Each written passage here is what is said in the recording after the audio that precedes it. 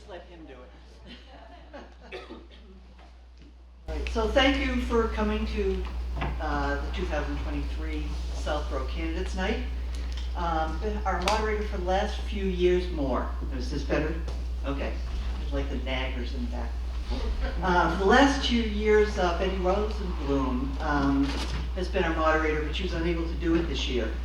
But this started as a thing, continues to be something sponsored by the Library Board of Trustees. So since she's not there, it fell to another trustee. So here we go. Let me start introducing people. The library trustees are all here tonight. So Margaret Landry is here. She's our chair. Do you want to? Where is she? Okay. Marguerite has. She ran to her car.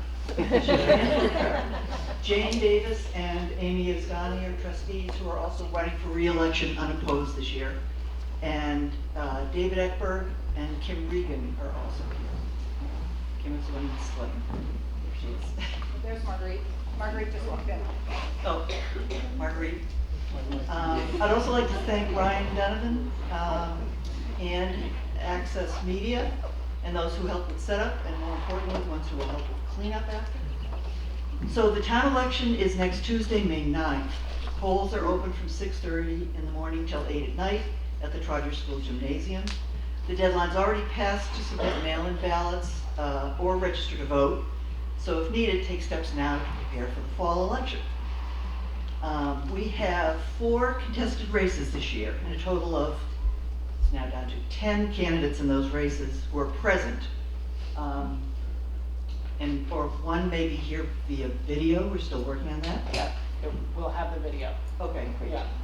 So we'll have to be very careful with time and hopefully give each race a half hour for the candidates involved to make their statements and answer questions.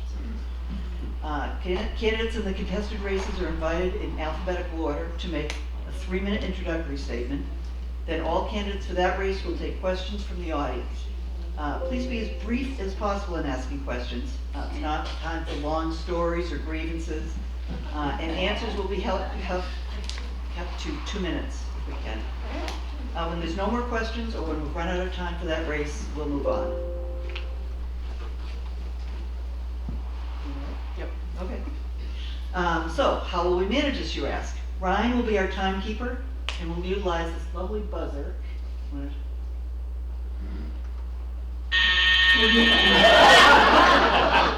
Lest anybody wonders whether they'll know. We don't want to listen longer than necessary, so candidates, please stop speaking when you hear it. No finished thoughts or even sentences. There'll be a 10-second warning, a quick one, and then he's just going to lean on that buzzer. So the order of the races and presentations will be as follows: Southborough School Committee, Board of Commissioner of Trust Funds, Planning Board, and then Select Board. But to begin, I would like to introduce the people who are here, or said they hope to be, who are running unopposed for their offices. Paul Desmond, is he here tonight? Jim Hegarty, Kamali O'Malley, School Committee. We know what Jim's running for. And Paul Desmond is running for Regional School Committee, unopposed. John Wisocki is here.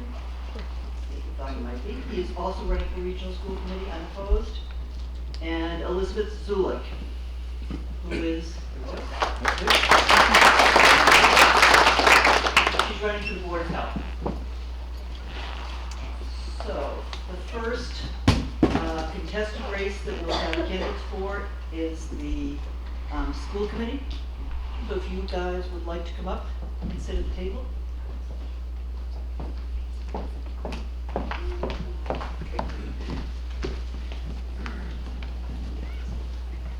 Okay, so your mics are always on. You can't turn them off. Your name is say 10 seconds. We have 10 seconds left. Okay? And then that buzzer's on. So from left to right, from your standpoint, with Z. Lee, you have Joanna Shaner, and Chelsea Malinowski. So, Lee, you are first up. Okay, good.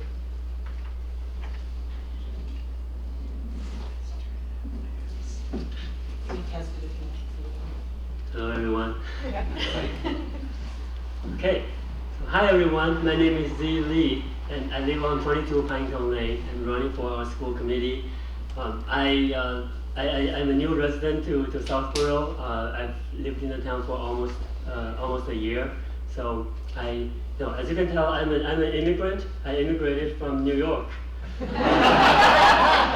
So but actually, I went to college in Beijing, went to grad school in Illinois and studied biochemistry there, got my PhD there, then worked at Cornell University in upstate New York, worked at a pharmaceutical company since then. So I moved to Massachusetts a few years ago, lived in Shrewsbury, and moved here last year. And my family loved the new town very much. And in my current company, I lead a group of about 20 scientists to make life-saving medicines. So it's a big group, big responsibility.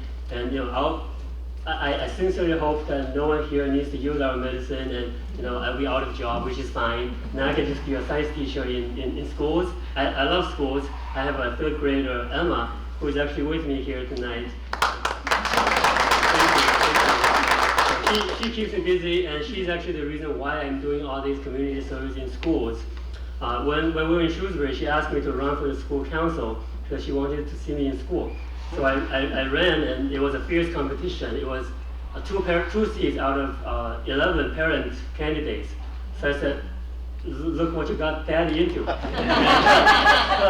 I won, and I love the job, and I loved it so much that the first day we started her in Southborough. I walked up to the principal's office and said, do you need a parent member for your school council? And I got in. So that was a great experience, and I also substituted at Shrewsbury schools, from elementary to middle school.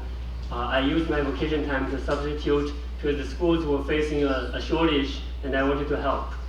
And also I've been coaching softball teams in both towns for 2 years. So all these are great experience for me. These are great warm-ups for me, and now I want to do more. And when we moved into Southborough, the first month, I talked to the town clerk's office and asked, how can I help? And we saw the school committee to be a great opportunity for me to use my passion in community service and also my passion in education in schools. So I was very excited about this idea. It's a perfect blend for my experience and passion. So, but then I was told, slow down, you need to get elected first. Okay, so I'm in. So I've been waiting, looking forward to this election since then. And so now here I am, and if I get elected, here are a few things that I'll... 10 seconds. Oh, that was too long of an introduction. And maybe you can ask me questions what I want to do.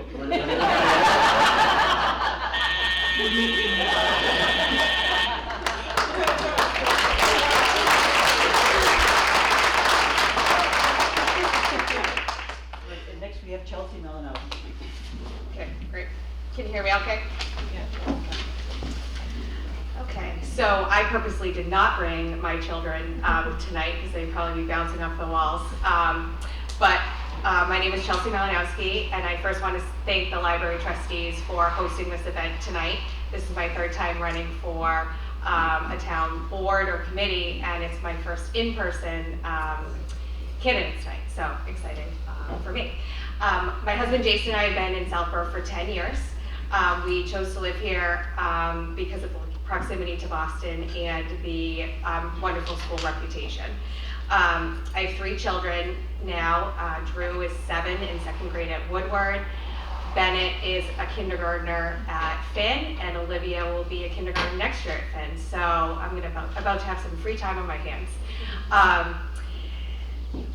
So the last 3 years I've served in the select board, and the last 2 on the Board of Health, and both have been extremely positive experiences for me. I've had the opportunity to talk to a lot of residents about issues, questions, or any topics that come to mind.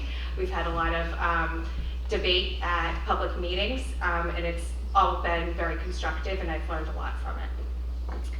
I decided to run for school committee because 2 experienced members are stepping down this year. And I believe that my background and experience would provide some stability on the committee. I have a lot of experience with running and participating in public meetings and generating consensus and healthy debate in those meetings. Not every conversation is easy. It's not supposed to be. That's a... Sorry, that wasn't my phone, but not every conversation is easy, but I've learned that the best result is actually when nobody's thrilled with the result and you collaborate to get some sort of consensus. I'm proud to be a part of the Southborough School District, and I believe we have wonderful educators who really care about our children. I think it's important that the school administration continue to bring in reasonable budgets every year during budget season and continue to provide top-rate education to our children. I have known to be fiscally responsible on the select board and the advisory committee, which I did prior to that, but I also work collaboratively with town employees to provide the best service we can for the residents. And if I elected to school committee, I would take that approach with the school administration. One of the things that we fully don't know the impact of yet is COVID-19, but I think in the work that we've done in the Board of Health in collaboration with the schools, we've provided avenues for students. One of them is the schools have been very supportive with Youth and Family Services of supporting the interface program to allow for students to receive mental health support. So I will always listen, do my homework, be honest, and make the most informed decision I can, and I believe in collaboration with all stakeholders, and will strive to do my best for our children and our students.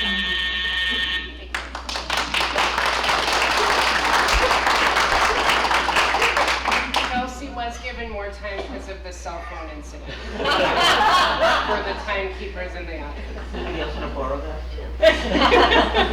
And this is Joanna Shaner. Residents, neighbors, and friends of Southborough. I want to introduce myself tonight.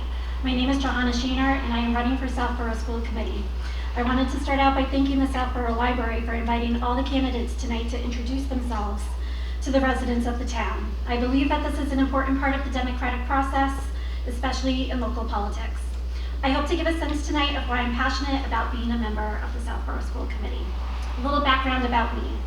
My family have been members of the Southborough community for 8 years since 2014, and both my kids have been in Southborough School District. In those 8 years, my husband and I have been able to establish roots, get to know the residents of this great town, and over the course of those 8 years, I have pursued collaboration with the school district as one of my passions. From volunteering for SOS at each of our 3 elementary schools, being a room parent for the past 5 years, to my current position on the NSPAC board, to participating on the Neary School Council and the Superintendent Advisory Committee. My kids have participated in town sports, including soccer and softball, attended the recreational summer camp, participated in both Girl Scouts and Cub Scouts in town, and been part of the many recreational and after-school offerings our great town has to offer. However, I think the work that I am most proud of from my volunteer time and service is with the NSPAC, the Northborough Southborough Parent Advisory Council, of which I still serve as a board member today. During my time on NSPAC, I have worked to organize and produce the Go the Distance Awards for the past 3 years. We are busy planning final details for our next Go the Distance event on Thursday, May 11th, and I'm looking forward to recognizing the 59 teachers who have been nominated for going above and beyond. As part of my work on NSPAC, I have brought innovative experience and thought-provoking speakers to our community through the NSPAC Speaker Series. I work closely with district administration, providing insight and feedback on special education programming, curriculum, and bringing a parent point of view to the challenges faced by families in the community, and have worked hard to establish greater lines of communication between NSPAC and members of the school committee, establishing a monthly email newsletter with topics of import for NSPAC and the disability community. At a high level, as a candidate for school committee, my mission is to ensure that all students have access to high-quality education that prepares them for success in their future endeavors. I believe in collaborating with educators, parents, and community members to create policies that prioritize student achievement, teacher professional development, and school safety. I will advocate for increased attention to our children's social and emotional health and well-being and curriculum. I will work to ensure that our schools have access to the latest technology and resources to enhance learning and engage students. I am dedicated to creating an environment where innovation and creativity are encouraged and students are empowered to think critically. I would put these tenets and my analytical and collaborative skills to use to assess mental health and well-being, loss of learning from COVID era, and also to dig into the Nary School building project. And I thank you for your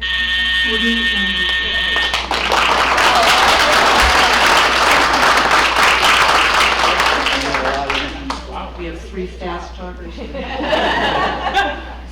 anyone has questions, Oh, wait, for the audience? yes. You guys will just have to share? Okay. So if an audience member has a question, they just have to come and stand up at the mic, okay?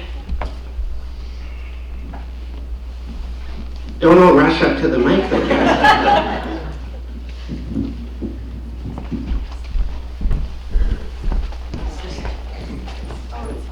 So let us know your name and who you're directing your question to. Craig Nicholson, Z, what would you want to do as?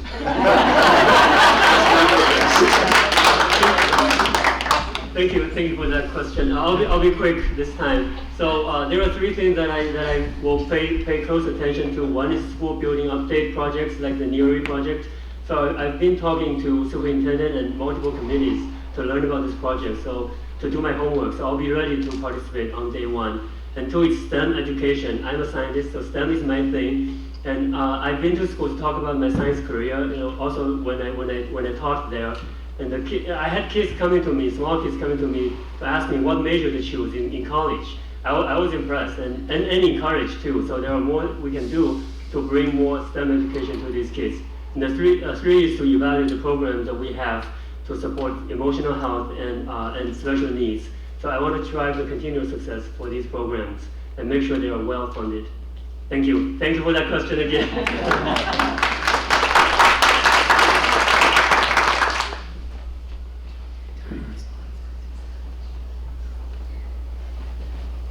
Anyone else? Hi, Oleg Shader. I'm obviously completely impartial, but I'm just gonna direct the question to everybody, and it's an open question. The buzzer was a little bit annoying, so if you guys would like to add anything else to your statements, please do so.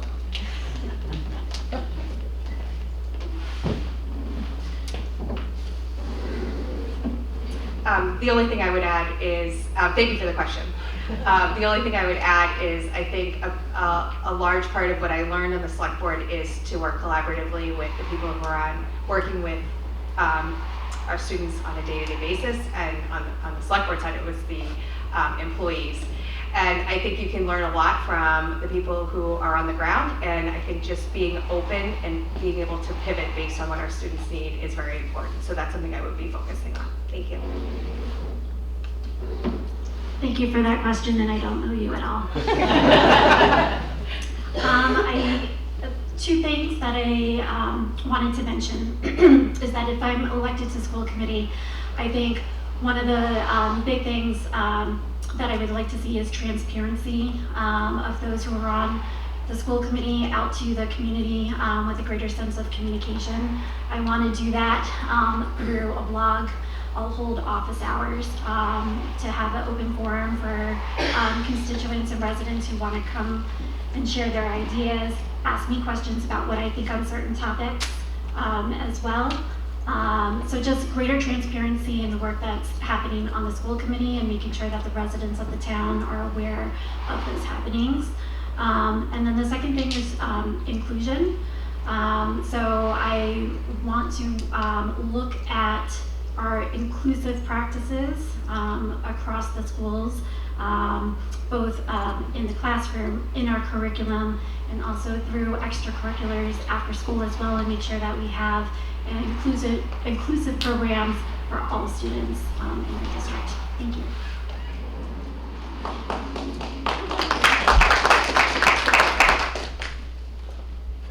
Thank you for that question.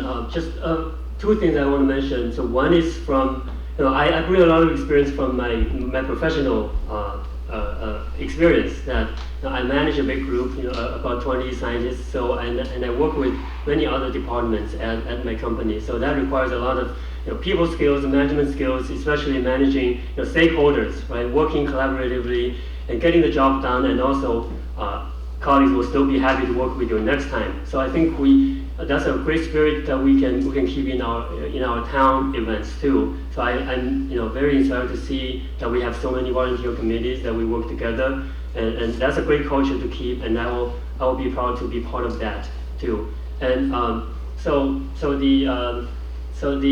the other thing is about my science background, and also it's probably a little fresh, right, to the committee, right, to all the committees that we don't typically have a person of my background. So I'm proud of that too, to be able to bring a new face, new voice to the community, and also just by me doing this election, right, I think it's been encouraging to me, and also to my friends and community too. So a lot of friends see me running this thing, they get encouraged, get inspired that I have, is that the buzzer? Not me. So I'm proud to be the new face here that encourage the residents, and also so now this time we're already seeing a lot of residents who are going to participate in the vote because of all the contested race, and also because they see me running as a new person, they get inspired by that too. So I think that I was proud that I'm able to be part of that.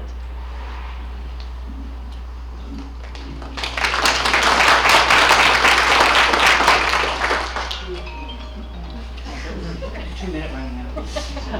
We have a question? Yes. Hi, Andrea Hamilton. I guess I'll direct this to everyone. So what do you think are currently the district's biggest strengths, and where do you see as the biggest challenges in the next couple of years?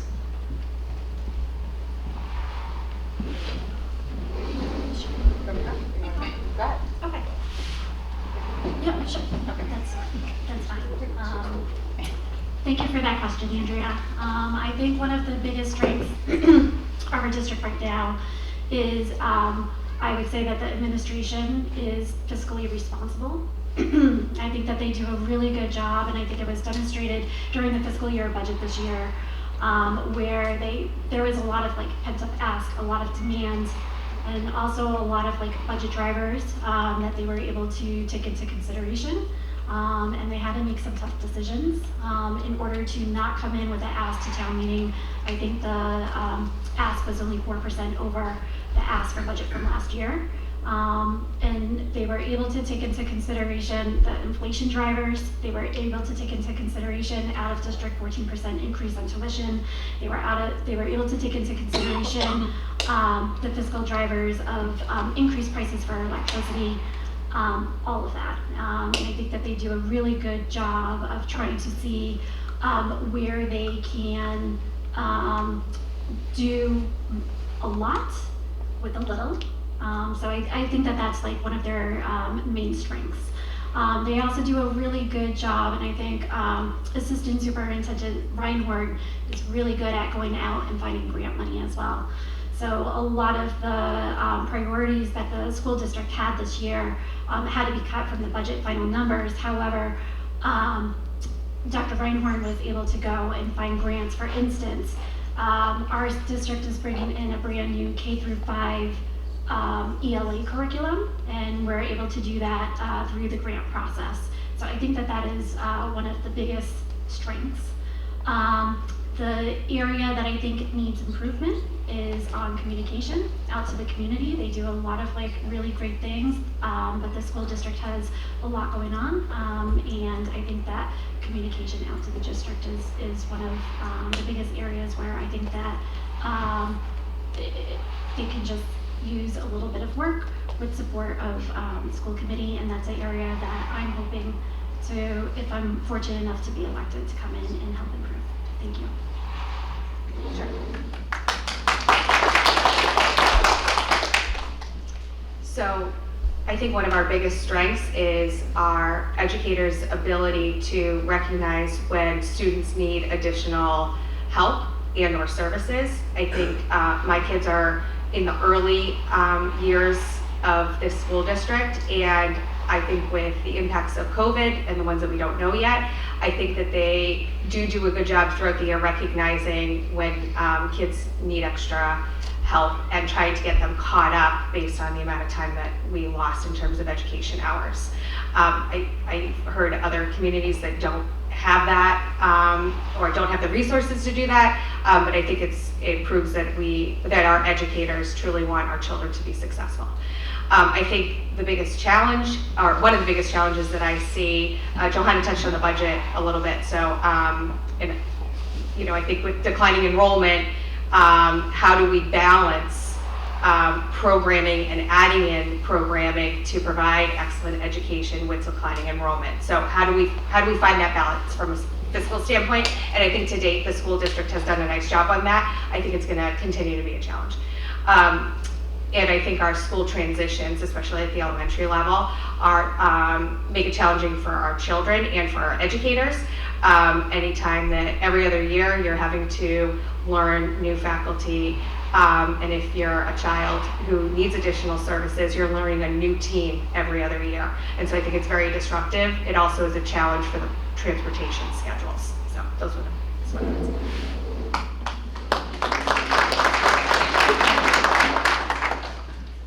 So Emma and I have been in town for almost a year, so one school year, and we like what we have seen. And just from Woodward, we have seen multiple programs that we really like. They have multiple programs to care for the students' emotional health. And Emma has told me about a program called Lunch Bunch, right, where students have lunch with the teachers every week, just to help them cope with emotional stress. Right? I like these programs. And also the schools are very flexible in making adjustments, making improvements. So some programs that I have learned from talking to multiple committees and parents, we are making adjustment to our math program and moving to the Carnegie math program, and also exploring the opportunities to add the language programs to lower grades, to start the kids learning foreign languages earlier. So I like that the schools are exploring these opportunities. So I think that's a big strength of our school district. And the areas for opportunities, right? I already mentioned one about the school infrastructure and building update about the NERI, right? So I don't need to repeat that. And also on mental health, special needs, right? I think after going through the last 3 years, this has just become more important than ever. And just from the homework that I've done, we have about 20% students on IEP programs or 504 programs. Right? So that just underscores the importance of this area.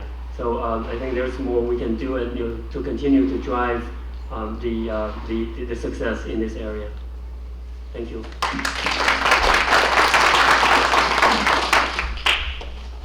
We have time for one more question if anyone has it. Another completely objective.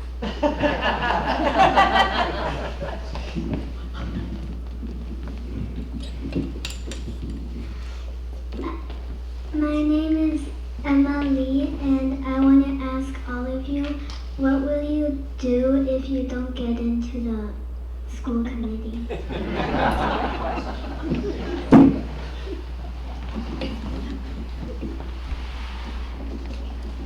Since I know this resident very well, so I'm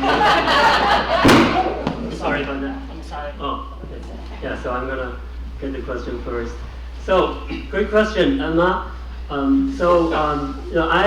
I have been doing multiple things for the community, and I'll be more than happy to continue all of those on school council. Emma is moving to NERI next year, and you know what I'm gonna do on the first day of school, right? I'm going to talk to the principal to try to get into the NERI school council.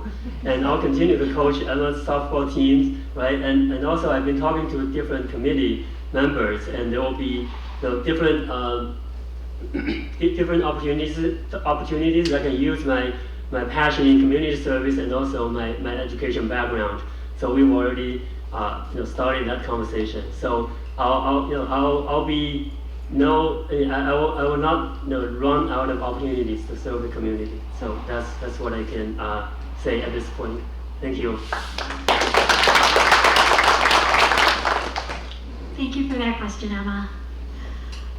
If I don't win election for school committee, I'll go home and cry. No.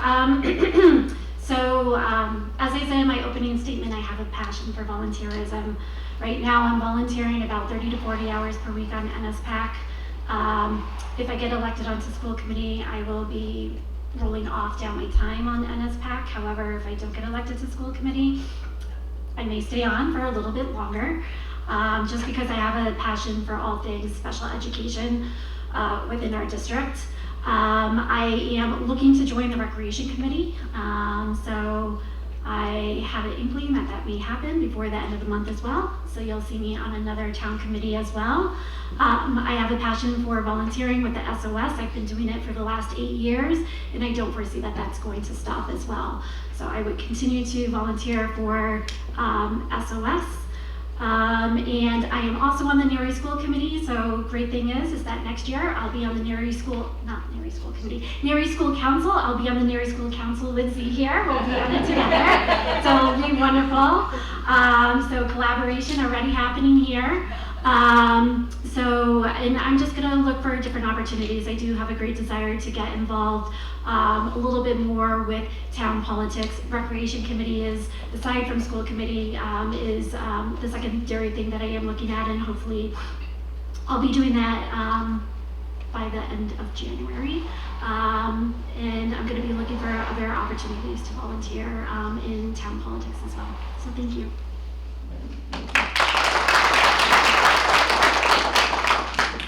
Emma, I give you a lot of credit for standing up in front of all these people as a third grader to ask that question. Nice job. Thank you for the question. Currently, I have a year left on the Board of Health, which I absolutely love the Board of Health and working on it, so I would continue on that. I plan to do that whether I win the school committee election or not. I'm in my kids' schools multiple times a week volunteering for technology and library and whatever else, because they actually care that I come, and I might as well take advantage of it until they're embarrassed that I'm showing up at their school. I coach soccer for my oldest and my youngest in the fall, and they both chose not to do it in the spring, so now I'm going to my middle, and so we'll see if he wants to continue with it. So my focus right now is around my 3 kids, and being available for them and working or volunteering is really what I've been doing for the last 5 years. And I would continue to find something to do with the town. There's a lot of great opportunities and boards and committees that have vacancies right now. And I would be happy to look into one of those. So thank you.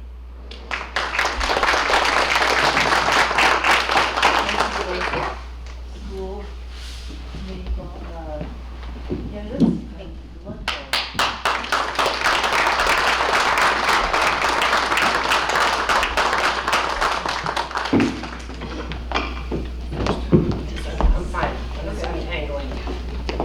So the next race is for Board of Commissioner of Trust Funds.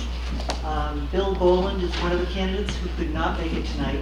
Sam Stivers is here, and since it is a contested race, even though the other person is here, we will have Sam make a statement and take questions. But first, for those of you who don't know what Board of Commissioner of Trust Funds is, which I did not, I thought I'd do that for Sam. That doesn't actually take up his 3 minutes describing it. The board manages 21 trust funds, currently totaling about $4 million. These trusts have been created by individuals over the past many decades, typically as part of their estates, distributed by their wills when they died. Funds from these trusts, usually only the income, not the principal amounts, can be spent only for specific purposes that they've designated. These purposes include cemetery maintenance, aid to the needy, and scholarships. The board approves grants from these trusts, recently totaling about $15,000 annually, and supports other groups such as the Scholarship Committee as they approve grant applications for these trust funds. It's a 3-member board with 1 position becoming available each year, and there are 2 candidates for the current year's position. Sam Stivers. Thank you, Janet. I think most of you know me as a current member of the Select Board and a variety of other committees over the last 20 years or so here, and a frequent visitor to Candidates Night over the years, as a matter of fact, as well. All right, thank you. A little louder. And Janet, a question. You said each race gets 30 minutes. I'm concerned I don't have 30 minutes to material. I could stretch it some. I'm sure you could, but no. 3 minutes. You're using your time now, Sam. Basically, I'm interested in this for the opportunity, and as a select board member, people frequently come up to me over the last several years and say, why would you want to run for that position during times when there's been controversial issues? And I jokingly say, it's clear that I'm doing this for the money. And in fact, this is a case where I am doing it for the money, because I think there's opportunity out there to create an endowment structure for philanthropy in town. We've got great support from groups like the Community Fund and others that are on an annual basis. People donate money annually, and that money is spent annually for a variety of good purposes. We have the trust funds that are, again, not huge amounts and not generating a lot of income for the various purposes now. But in fact, there's been no new money going into those trust funds because it's difficult to do from a legal standpoint. No new trust funds have been established for decades now. What I would like to do is to work with the other committee members to be able to create a small number of trust funds for specific purposes that people can contribute to going forward and can support a variety of good purposes here that will take some of the pressure off the tax base. And so I think that it's something that's going to take a while to do. It's not a quick thing, but if you don't start it, it's not going to happen.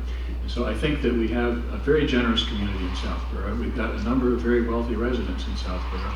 And if we had a structure that they could use, we could be able to develop a proactive outreach process to go to talk to people and say, here are the things that we'd like to be able to fund.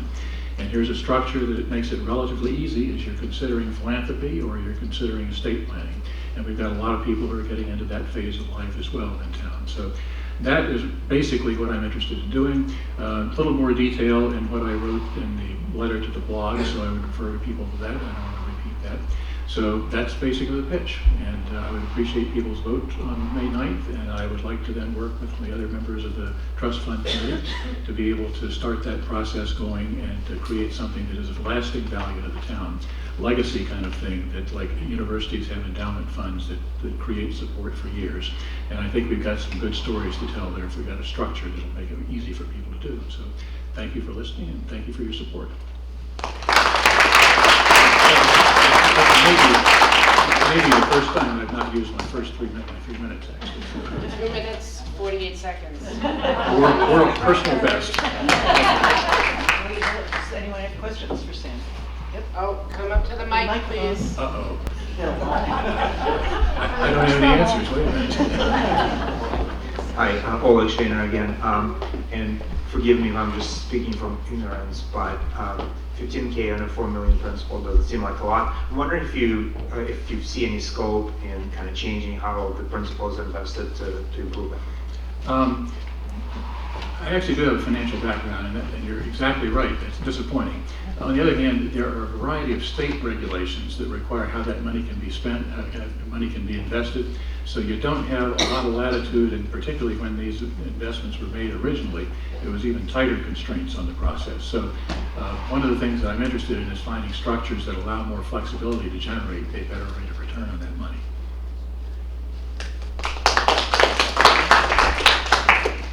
Patty Burns-Fury. Sam, I want to thank you for your years of volunteerism with the town and dedication to the town. I'm sorry to see the other candidate isn't here because I did have a question for him, but I will try to redirect it to you. And as you know, because you sit on another board with him, that Mr. Boland has recently been cited by the State Attorney General for a violation of open meeting law. So I'm just wondering, moving forward, if you could give some opinion on how this board has looked at things, kind of tying in with the last question, looked at things in the past and been stalled or not stalled, and how you would work to change them for the future. And whether following state law is an important thing for you. The answer is yes, it's an important thing for me. And in terms of how we work going forward, it's a 3-member board. And I think there actually is interest from the other 2 members who are not up for election this time to work in the direction that I'm talking about. And we've got some interesting skills on the board that I think we'll be able to do that with. And again, it's going to take a while. There may be some ways to consolidate some of the existing funds to make them easier to manage, for example. That's a fairly convoluted legal process, but it can be done. So again, I think that there's opportunity to make a substantial move in this direction, and I think there's support from the other board members to do that. Marguerite Landry, thank you for your explanation. I had a question. In addition to scholarships, what are some other recipients that you would suggest for trust fund help?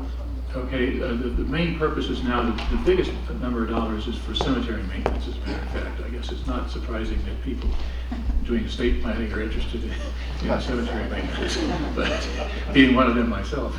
But scholarships, and then the general umbrella category of aid to the poor. It's described differently in a variety of requests, but that's for people facing hardship. That's the other main structure here. I think one being recreation, for example, is an opportunity to have a endowment fund that would support ongoing revenue for recreation investment, as well as maintenance and so forth for recreation facilities. I think that is an easy one to sell typically, and there may be one for housing as well, in terms of we've struggled with affordable housing in town. And I think we've got some new traction in terms of the Affordable Housing Trust Fund that I also sit on actually as a member of the Select Board, and some interesting ideas relative to doing things in the housing world. The MBTA communities legislation that was passed recently is putting pressure on us to develop affordable housing. And I think that this kind of investment endowment could actually make some of that easier to develop and support over time. But again, it's not going to happen quickly. It'll be years, I'm thinking, before we actually get things in place and any significant money in there, unless somebody comes along again. For example, there are several residents over the last years who've sold their businesses for excess of $1 billion with a B. And that's money that's maybe worth talking about. Who knows? If you don't ask, it's not going to happen probably. So that's my goal, is to start that conversation. That's it.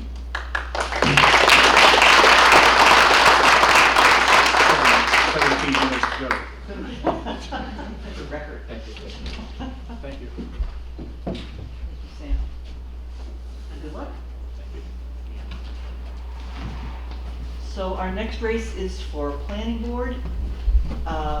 We have 2 candidates for 1 opening. Lisa Braccio is not here tonight. Was unable to come. Michael Weisham is able to. And hopefully has prepared a nice statement. Yes. Kind of feel like I'm coming in front of the guillotine here. I was standing at the transfer station last Saturday handing out material, and one of our residents came up to me and said, "Michael, why the hell are you doing this? Planning board is really tough. It's a 5-year term, long meetings, a lot of work, a lot of minutia." And I said, "You know why I'm doing this? Because I'm a little scared about our future." For those of you who don't know, I run a landscape architecture firm here in town. We have about 35 years of cumulative experience designing everything from single-family homes to larger urban projects. And there are some things coming down the road from a design perspective that I find really scary. One of them affects me personally, and it's the more minor of the 2. Which is this Cordoville Road project that's been on the books and that is proceeding partially through its design phase. I live on Cordoville Road. I live in an 1852 house that's about 30 feet from the center line, because that's how houses were built back in the day. Be broken out by snow in the winter.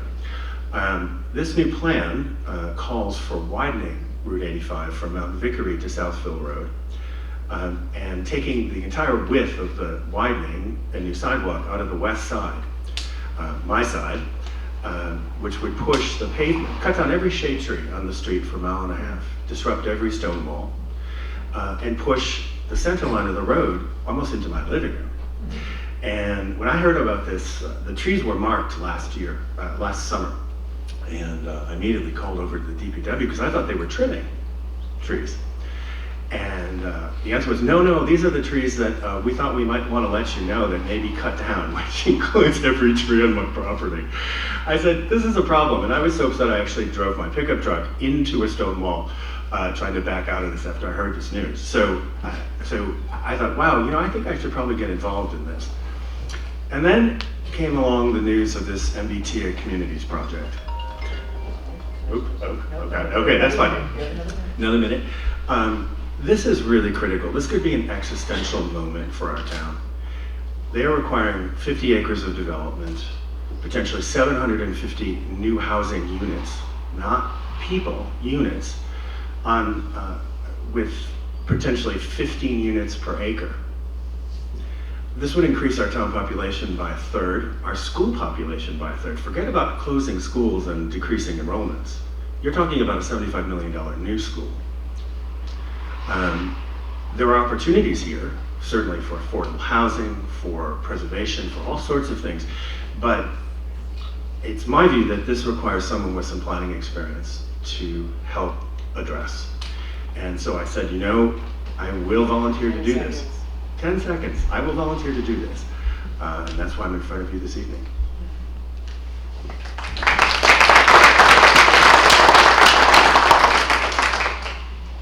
How does this work? Do I get Lisa's time too? Okay. I get Lisa's questions. Okay. I could be, well. James. Yes. Hello, Michael. It's good to see you here, and thank you again for running.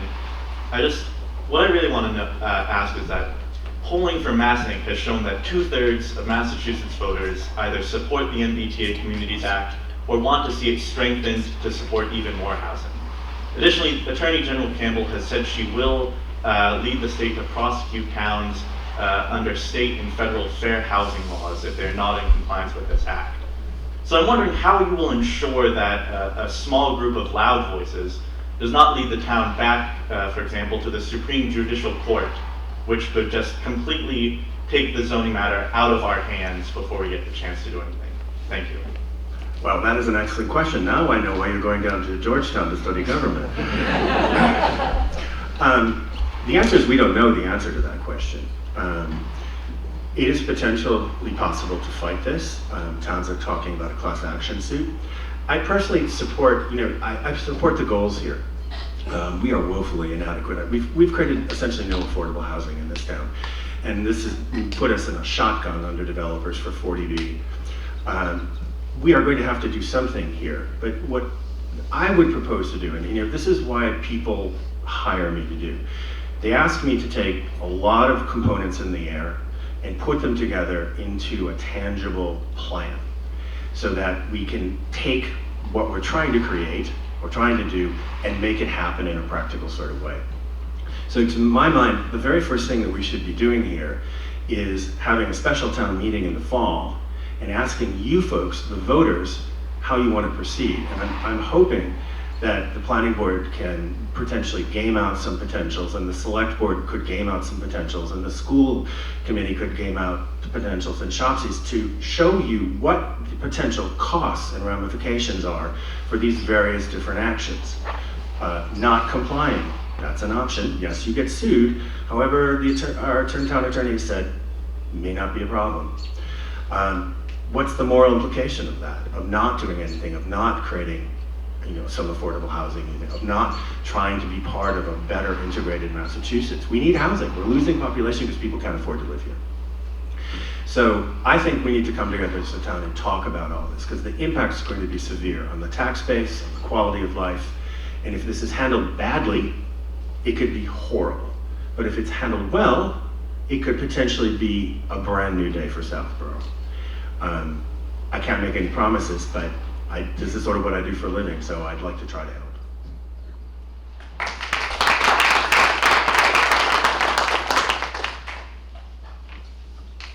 Nobody else? I have a question.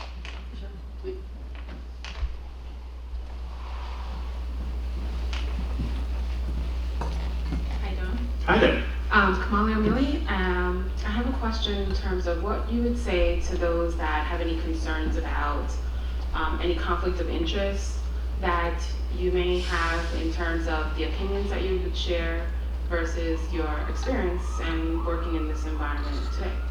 Conflicts of interest in what sense? That maybe the decisions or the judgments that you may steer the board towards would be beneficial to yourself personally, your business partners, etc. Well, I do very little business in this town, so I don't think that's truly an issue. I would be one person of five, obviously, and having gone through various experiences here in town government, I've become a little shell-shocked and very shy about making sure that all the ethical I's and T's are dotted. Having gone through that process previously, I guarantee you that if there was any possibility at all, I would recuse myself in a second. So I hope that assures you, given that this all sort of projectional and I can't address any specifics. Okay. Yeah, thank you. It was on behalf of everyone, not. No, I totally agree. Conflicts of interest are a huge problem, and I think that's a totally legitimate question, and I don't think we in this town recuse ourselves enough, frankly, in town government.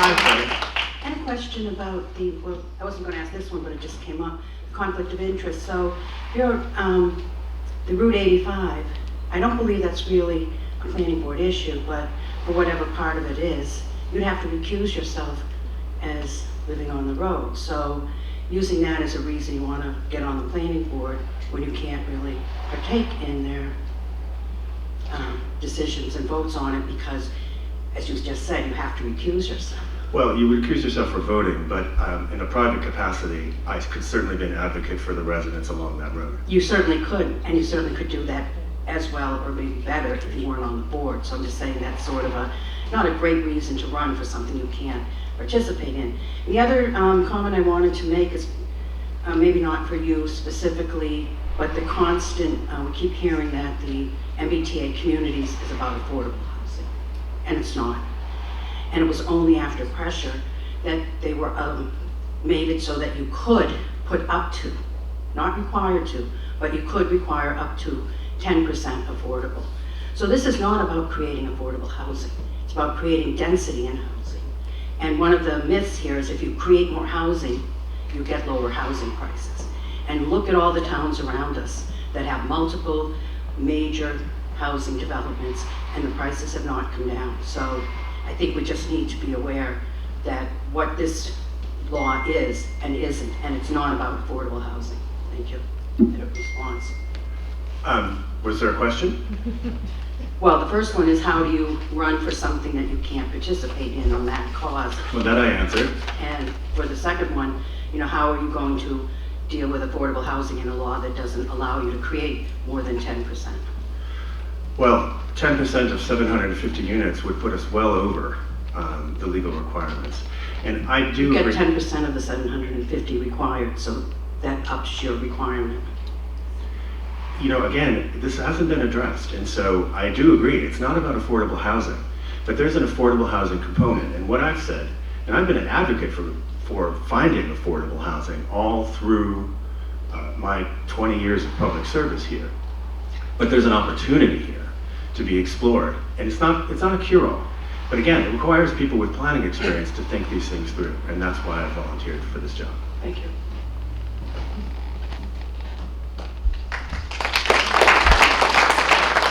I guess I'm done. I'm going to retire and leave you to the main show here, the show that everyone's waiting for. Next, Board of Selectmen. Okay. Thank you very much.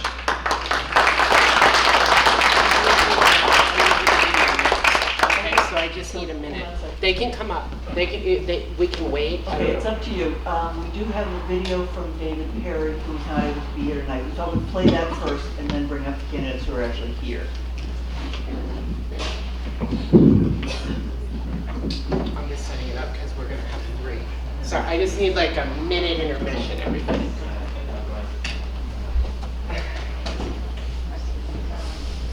I would like to thank the candidates though, because we're doing great on time. So thank you. Good job, everybody.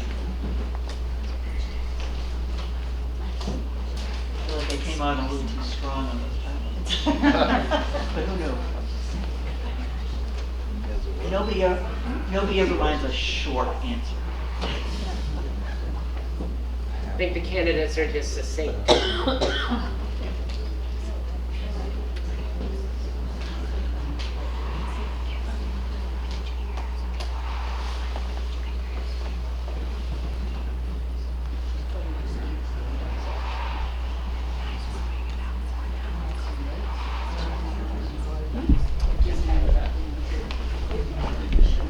This is what you get when I'm the tech support over here. Okay. No, I talked to them about it. It doesn't. So we're sorry. You'll be able to hear him. It might not be great to see him. You want to hear? Is that okay with everybody? This is for the video? Yeah. Okay.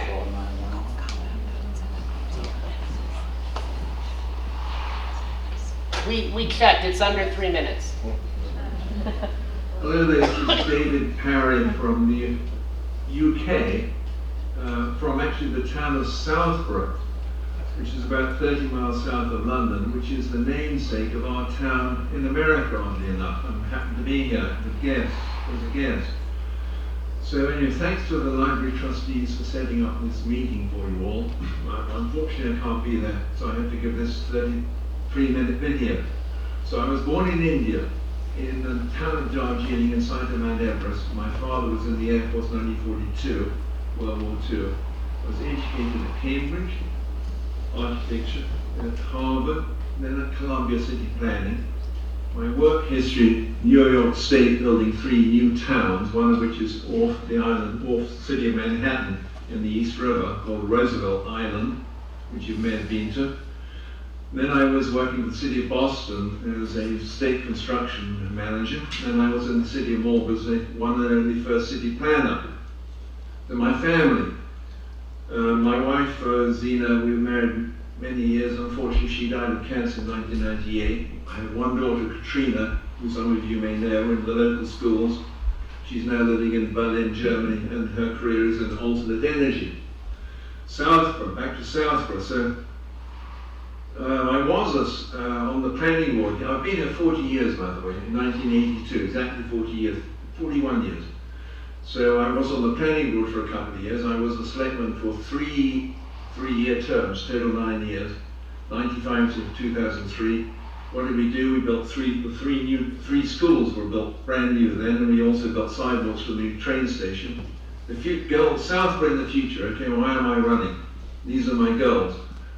Affordable housing, we need 10% minimum. If we don't, we're under threat from the state zoning override, which is a problem. Taxes, keep taxes reasonably priced. Emphasis on town character, scenic, roads, landscape, trees and so forth. Traffic planning, which I know a considerable amount being a city planner. Route 9 is heavily congested in rush hour. We have no good connections for the 3 schools on Parkerville Road. We need a bridge over Route 9, and we can do it with state money. We could also have a connection, a much better connection north-south from Central Street by putting up Route 9 under Central Street, a bridge and a tunnel. How do we do this with state money under the Transportation Improvement Program? How do we do this meaningfully? We do it with public participation, maximum public participation, meaningful, getting people involved. So that's it. Thank you very much, library trustees. I'm so grateful for setting this up. If you want to contact me, it's parrydavidw@aol.com. And thank you very much. I'll ask for your vote. Good night.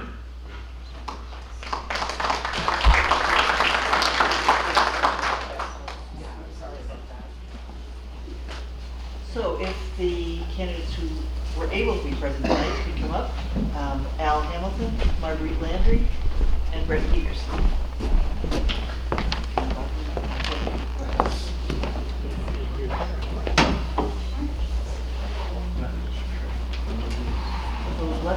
A blessing and a curse. We've left you plenty of time. Can we get more than 3 minutes? No, that's the opening statement. questions if you need to.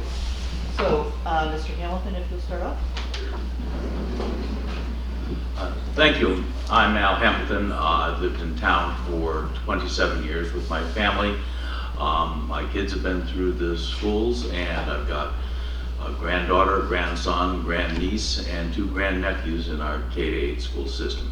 I've been a soccer coach, I've been a scout leader, been a basketball coach over the years.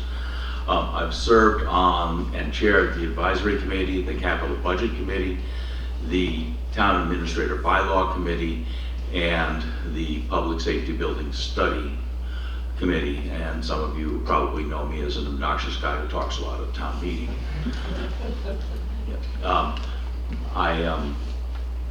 I've spent most of my life working in technology and consulting. I started a company, got it off the ground, got it profitable, and sold it, which allowed me to retire. In retirement, I have spent my time doing a number of volunteer activities. I helped build houses with Habitat for Humanity. Amazingly, I have not fallen off the roof yet. I manage a 26-acre parcel of open space, which gave me an excuse to buy a small tractor. And more recently with my wife, I started the Pine Hill Meadow Garden, where in response to COVID, we started growing fresh produce, which we donate to food pantries and shelters, including the Southborough Food Pantry. Last year we grew 3,000 pounds of fresh produce, which we donated. I'm animated to run because I'd like to get the relationship back between the Board of Selectmen and town meeting back on a more even keel. I'm not interested in meddling in areas which are the province of town meeting. I view town meeting as a partner in how we govern our town and how we govern ourselves, not as an opponent. I have a variety of things I'd like to accomplish, including work on affordable housing, sidewalks, and we have a number of issues in town that I think I'm well qualified in terms of my background to tackle. So that's really all I have to say for now.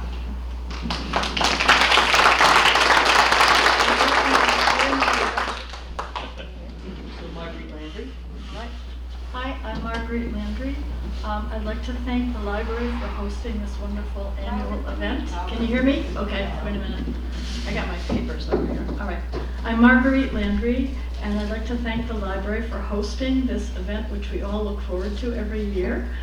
Yes, we do. And I'd like to thank especially the Friends of the Library, as well as the library trustees, and also Ryan and Janet Maney, who basically put the event together, and to Janet for moderating. All right, my name is Marguerite Landry, you probably knew that.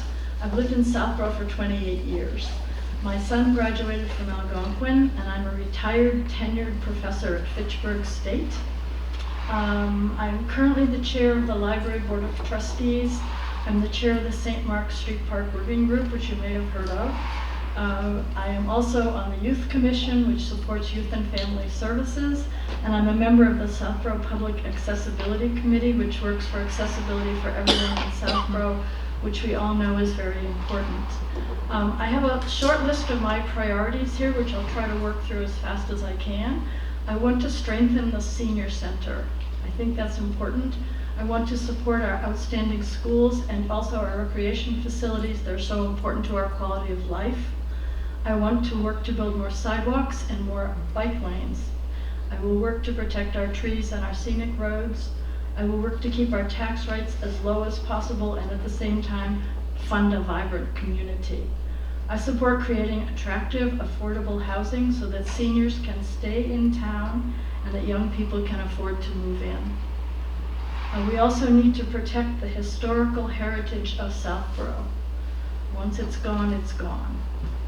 I will also work to revitalize the downtown with modernized infrastructure, which is one of the reasons that we don't have a lot of restaurants down there.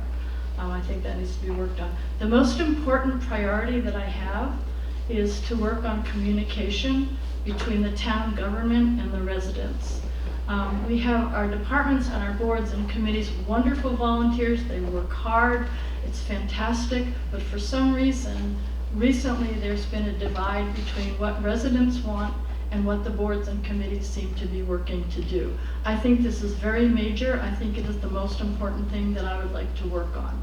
We have good communication coming from some departments. If I can just select a few, the library works hard. You've probably gotten their emails. Recreation, very active in pushing out information, youth and family services, and also the senior center. I think there are other departments in town that we need to work hard to make sure they'll push out the information. So basically, we have a number of very important big projects coming up for town, and I think if the residents can work with the boards and committees, we're going to have much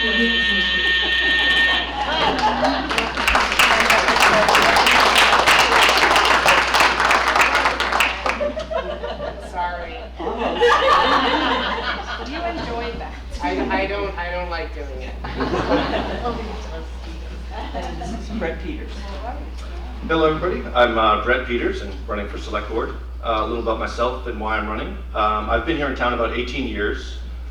Raised my family here, but both my kids are up at Algonquin now. And we've loved the town. We've been very happy here the whole time.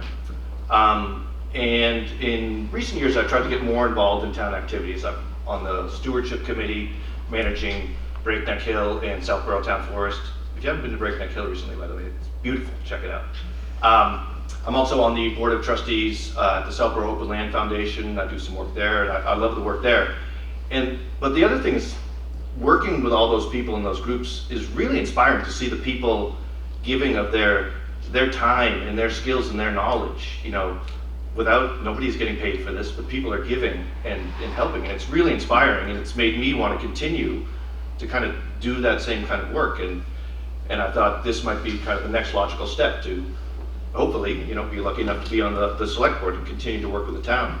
A little background without boring you, I worked at Microsoft for 18 years, handling services, that served millions and millions of customers. So I'm well versed in handling, projects with lots of moving parts, big budgets, lots of things going on. So hopefully, the work I've done with the town, the work I've done professionally, I hope would set me up to do a good job here as the select board if I was lucky enough to be elected. The last point I'd like to make is one thing I'd really focus on, to kind of reiterate, I think one issue that we have and a lot of towns have is, communication and transparency. And I don't think anybody's intentionally doing anything wrong, but when there's not enough information, when there's a vacuum, sometimes that vacuum gets filled up with rumors or conjecture of things. And that's where you can get discord or misunderstandings. And so I've worked really hard to communicate early and often with, online communications with the tools we have, setting up office hours so people can set up appointments and come talk to me. I may not always be able to give you every answer, but I do the absolute best I could. And so I think I'd really work hard to focus on that and talk to people as much as I could and feedback both ways as often as I could. So thank you very much for coming out tonight. Thanks for listening.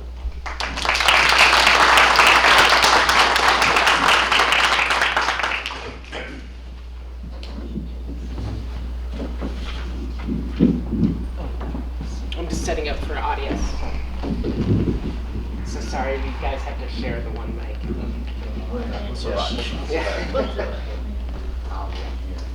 Does anybody have any questions?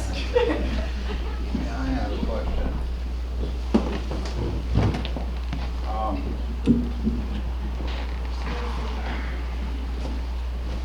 About 2 years ago, I was helping the senior citizens that live in senior citizen housing, and I was taking people to get their haircuts and things of that nature. And it's a shame that the way the senior citizens have to live, and I don't see any improvement. So, in fact, I had to stop doing it because the lady fell down and I couldn't pick her up because I'm a senior citizen myself.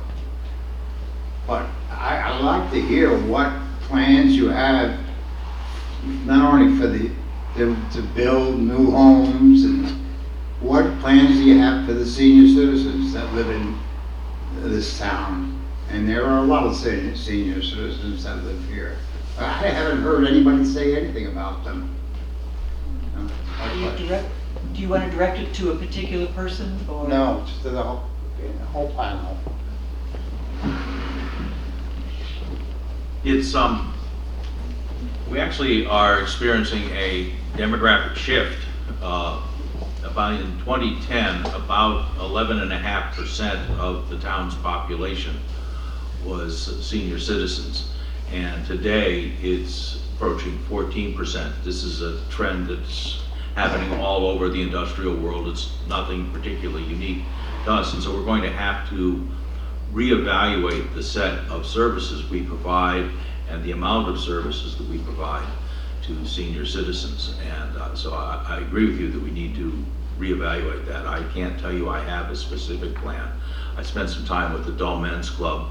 They gave me a real earful. I've recently passed into the category of senior citizen myself. So I know that we have to reevaluate that set of services. Thank you. First of all, I think the Dull Men's Club is very badly named. There's a huge amount of wisdom there. And again, thank you for the question. There is a terrible imbalance. A lot of times a senior will own a house that's become worth so much more than they can afford to pay on taxes that they have to move out of town. So I think there has to be more help with tax relief for seniors, services definitely, but I think this is a huge population that will totally enrich our town. Personally, I am also a senior, but there it is. And I think that the senior center is fabulous. I think it needs to stay here. And it's a very vital community. Things like rides, help with taxes, help with fuel assistance, which Youth and Families does some of, so I'm somewhat familiar. A lot of it's financial help, but it's also, a lot of it is accessibility help, rides and things like that. I think those need to be looked at too. There's a number of boards and committees in town that do it, but I think it needs to be strengthened, as I said, so that there's more central organization to what's available. Anyway, so thank you for that question. Really good question.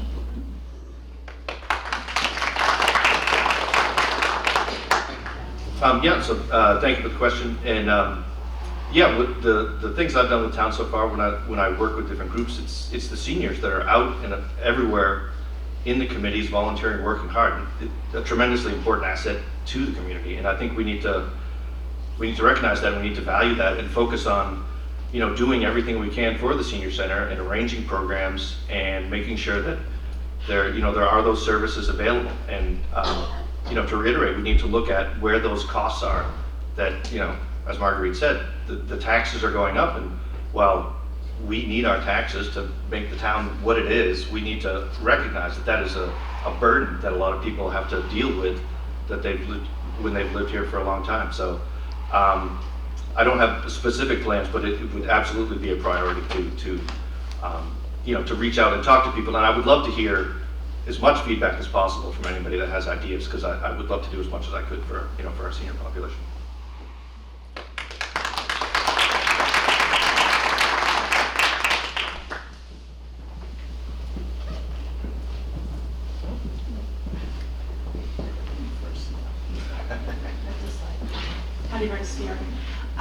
I want to ask each of you how you feel about the town of Southborough becoming a water municipality, and tell me something in specific that you personally would like to see in that agreement, because as we know, it is the select board that will be negotiating that in entire. Perhaps we could start at this side, Brett. Well, I'm going to have to apologize up front on this one. This is not an area that I'm well versed in as far as it being a water municipality. I know we have the arrangement where the water, we're working with Hopkinton to supply them the water going forward, but I do apologize. I do not know enough about that topic at the moment. I would love to hear feedback if you have thoughts, but I apologize for not having a great answer on that one.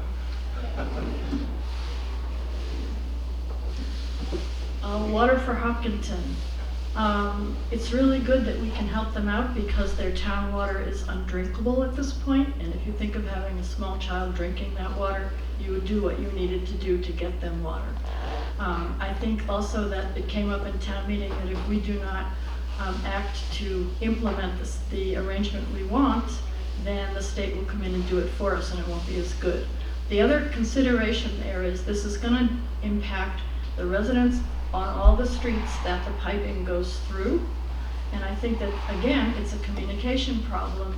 This needs to be a large discussion where people know from all of the assorted stakeholders what's going to happen before it is announced as a fait accompli. So again, I think it's the select board would do well to hold forums on this, to educate people what the various options are.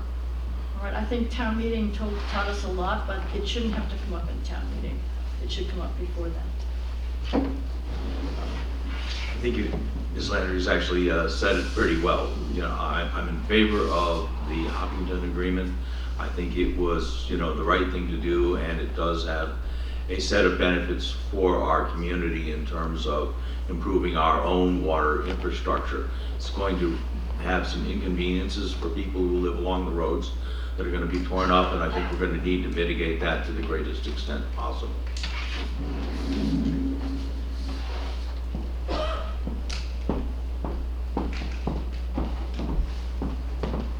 Good evening, everyone. My name is Claire Reynolds. I live over on Main Street, and my question is specifically for Mr. Hamilton. And just so that if anybody knows where I live, they know who I'm supporting. However, Mr. Hamilton, you have a lot of experience on different committees that you've been. As a taxpayer, I am specifically, I guess from a selfish standpoint, interested in what candidate is going to help put or keep money in my pocket. And I would just like to have some information in terms of, or maybe you can inform people, some of the ideas that you have which would help so that we don't have another, what is projected to be now a little bit under 6% tax increase.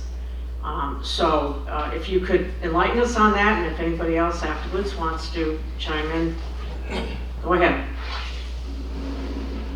Thank you, Claire. This is a tough one because, you know, we are facing a 6% tax increase, and that is unsustainable. I think the first thing to recognize is that the Board of Selectmen is responsible for about a third of the town's budget. And so I have a personal philosophy, which I've always tried to apply in the other budget roles that I've had in town. You know, on average, we're a fairly well-to-do community, but some fraction of every tax dollar that we spend comes from a senior citizen or a single parent who is going to struggle to provide that money. And I think we've got to, as leaders, have to be able to look that person in the eye and say, yes, we need that money. It's going to be effectively spent. We have a number of challenges facing us.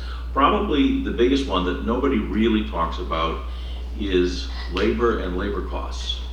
We have a lot of good people who work for us, but labor is expensive, and it's going to become more expensive and scarcer. And as a consequence, we need to begin looking at substituting capital for labor to the extent that we can, bringing technology in to make our workers more productive. We also need to look at new modes of organization. I have in grumpier days said, you know, our town hall has the finest 1950s service model money can buy. And so I think we need to take a hard look at how we've organized ourselves. We are organized into silos, and we need to do more cross-training. So all of this because, you know, we want to continue to provide a high level of service, but we want to do that in a way that we can actually afford, because otherwise we won't be able to provide those services. 6% is not a sustainable model. Thank you. Taxes, yes. Actually, as a town, we're very fortunate because we have tons of free labor in this town government. We have a lot of people who give a lot of time that doesn't cost anything at all, which is really wonderful. As far as taxes going up, I agree, technology needs to come in for a lot of different things it's not doing right now. And I think people, again, need to be consulted about what they really think it's important for the town to spend money on. And I think, again, neighborhoods need to be consulted, individuals, age groups, all of it. What do you really want for the amount of money that we have? and I think the people should decide. So, and again, yes, the cost of the people who are working here, who are paid people, is a high cost. It's true with the schools, it's true with just about every other department, and there's no way around that. You just have to pay. So, anyway, I would leave it up to people to decide what they want to spend money on. Yeah, I guess the thing I'd say is if any of us had a great answer, we'd all, be a lot better off. This is a tough question that every town faces, right? How do you handle that balance of spending, right? Our schools are a huge strength. So many people I talk to say, I moved here because of the schools. I moved here because of the schools. So, we need to spend money on schools. We want to spend money, we'd love to do more with the senior center. We'd love to do a lot of things. But, so I guess what I would say is, wherever possible, I want to focus on, every line item, looking for spending but value out of every dollar, and looking for efficiencies, bringing, I've got a technology background. I would love to bring technology in to try and make things more efficient, to streamline any services we provide, any departments we have. But again, it is a hugely tough issue, and I think it's going to be one of those things, like Marguerite says, communication through, folks like you to see what your priorities are, where you think we should spend money, but we also have to work together to think and agree where can we save money. And we need to work together and listen to people, and that's where town meeting, and that's where a lot of discussion is just going to have to be done on an ongoing basis to try and find those spots where we can save money. Thank you all. Thank you for the question.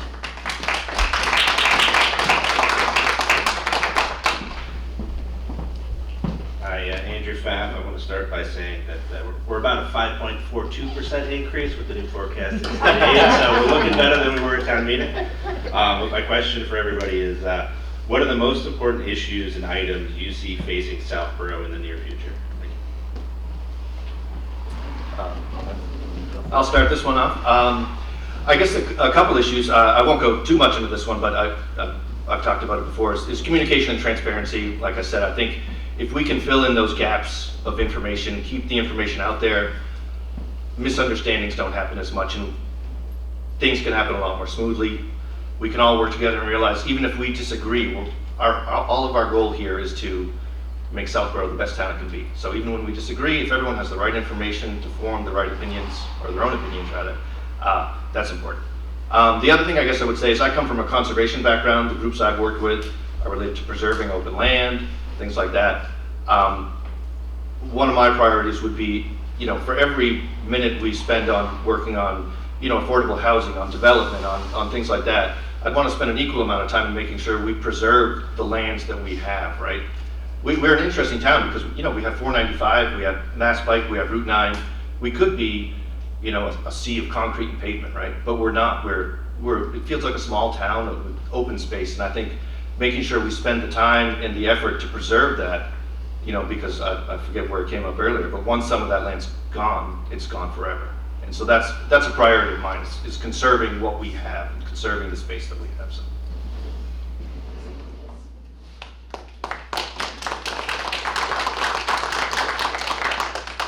Okay, I actually made a list of things that we need to worry about. One of them is the egress and ingress to Park Central. The other is the fact that the EMC Dell land is now up for sale, and people are going to be wanting to move in on that in some form or another. The commuter rail housing is another thing where the state is mandating something for us. The school building decisions, how many kids are we going to have in the schools, how many buildings do we need, which grades do we want where, that's big, that's huge. The pilot payments coming from the institutions in town that are right now free of taxes, that's a discussion that's ongoing, and I think it's huge. Hopkinton's water is big in terms of how it's going to impact us.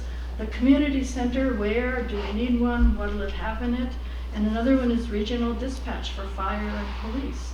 These are all huge questions, and I think they need to be thrown open to the community to see what everybody wants in the town for themselves before decisions are finally made. But these are, to my mind anyway, very big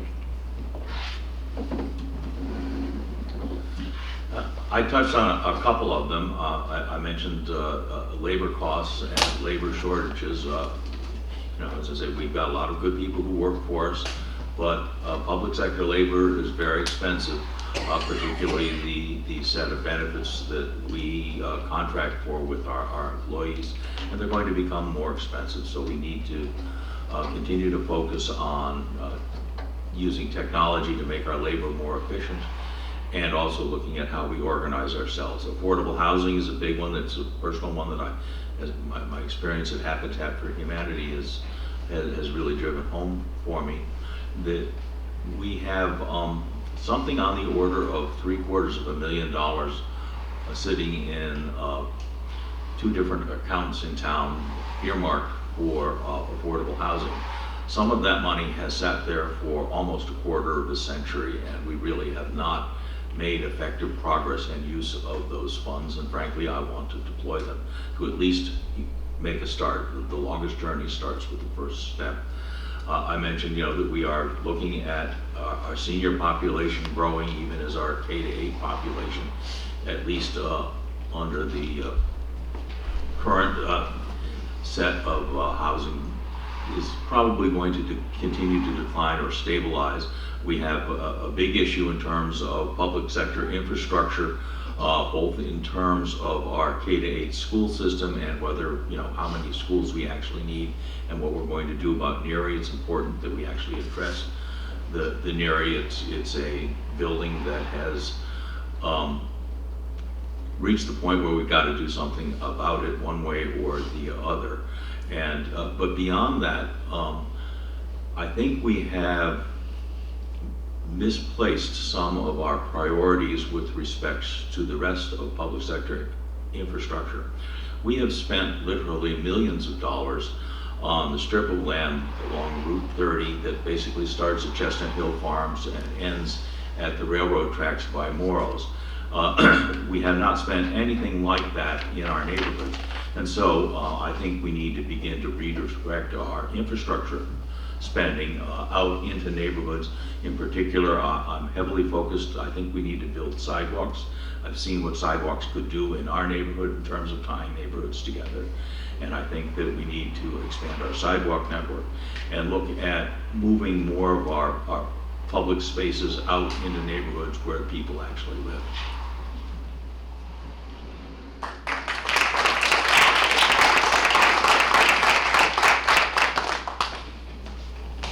Chelsea Malinowski. Thank you for running for select board. You've talked a lot tonight about saving tax dollars and where to create efficiencies, and the fact that our labor continues to go up and it's hard to find people to fill roles. So my question is specific around dispatch and where you stand in terms of regionalization versus keeping it in-house. And if you were to keep it in-house, what would you do about it? Would you increase staffing, or would you find some other alternative in-house? Thank you. We have to continue to examine the option of regional dispatch. It would be irresponsible not to, as I opposed the most recent agreement, but there is no question that we need to continue to examine that and look at it. If regional dispatch is an answer that can provide us with meet the service requirements that we have at a lower cost, then yes, absolutely, we need to give it very serious consideration. We need to do that in a collaborative way. We need to keep town meeting informed about our decision-making process, but there's no question that we need to dig in and look at it. There are regional dispatch systems up and running in the state. Regional dispatch is not a new idea. It's being used all over the country. The state of California, the entire state of some 30, I believe it was 33 million people, operate out of about 40 regional dispatch centers. So this is not some new venture. It's something that we need to evaluate very seriously. That's a really good question, Chelsea. Thank you. I think people are used to having a dispatcher at the police station, and I think there needs to be a discussion about what people in town would like. I know the general tendency, because the technology is better now than it was 20 years ago, is to move toward regional dispatch, but I think it should be something that everybody wants because they understand what it would involve, how fast the turnaround time would be. If you called for a fire or police, whether it would be faster with a regional or faster with a local, I think it's something that people need to feel comfortable with. And I know that during the town meeting it got pretty emotional, so I think that was kind of, some people felt sort of blindsided by it, so I think again it's a question of having people discuss it and receive information about it. So it may be something that inevitably it's going to happen in 10 years or 2 years or however many years, but I think it needs to be something that everybody feels is a comfortable decision for them because it's their town and their police department and fire department. Yeah, so my thoughts on that is, you know, we started to get into the regional dispatch and then recently pulled out. That's what the town wanted, and it made sense, I think, to pull out at the time. But, you know, as been said, I think that's the way things are going. I think regional dispatch is successful in many places. I think in the end we will go there eventually, or I see us going there. But I don't think we necessarily need to rush into it. It was fine to pull out for now. I think we need to discuss and find out, you know, what people think. Why exactly did people want to pull out? What can we do if we look to another agreement? What other agreement can we enter that would alleviate the issues that people had? You know, the reason we voted to just pull out of it. So I guess in general, I think we will save money and eventually get the same level of service through a regional dispatch, but we need to take our time and make sure we talk to people and everyone is ready to do it when it's time to do it.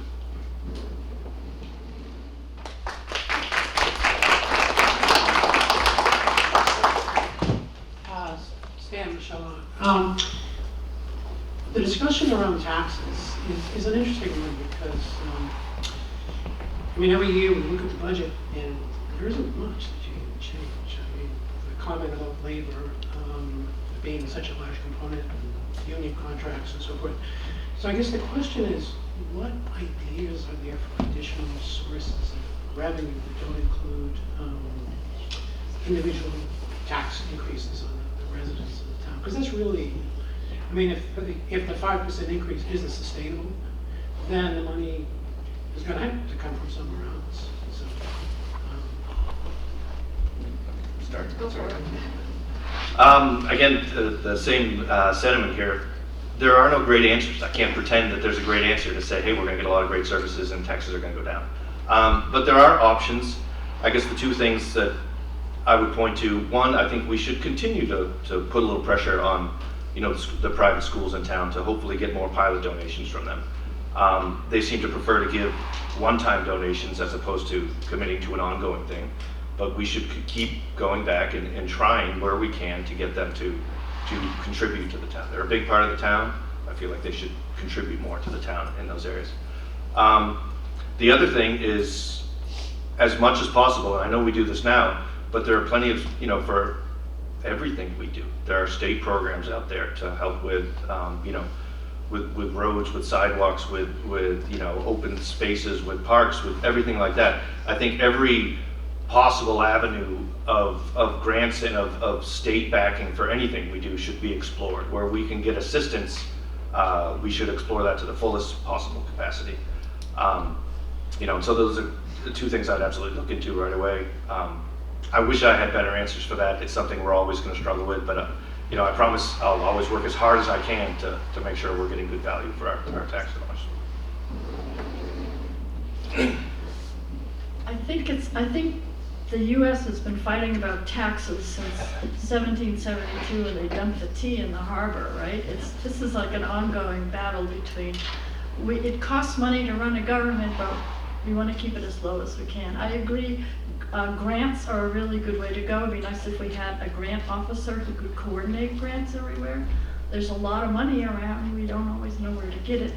I think also for me, the biggest problem when I think of taxes going up are for people that can't afford it. Some people, it's not really, it's a pain, but it's not really going to break the bank. For other people, it really is a hardship, and I think we have to put in place programs that would mitigate that for elders or disabled or single parents who are having a hard time. I think we need to look better at the safety net in this town concerning taxes. That would be my solution. There are several things I think we should consider. First off, the principal driver for the painful tax increase to 5.4%, I guess it's going to be, is that the value of commercial property in our community declined substantially due to COVID and the high vacancy rates. When that happened, that shifted more of the tax burden onto the residential side. When we vote for taxes, we vote for an amount of money to be collected from all of the property in town. And when one class of property declines in value, that shifts the burden onto the balance because we voted to collect a certain amount of revenue.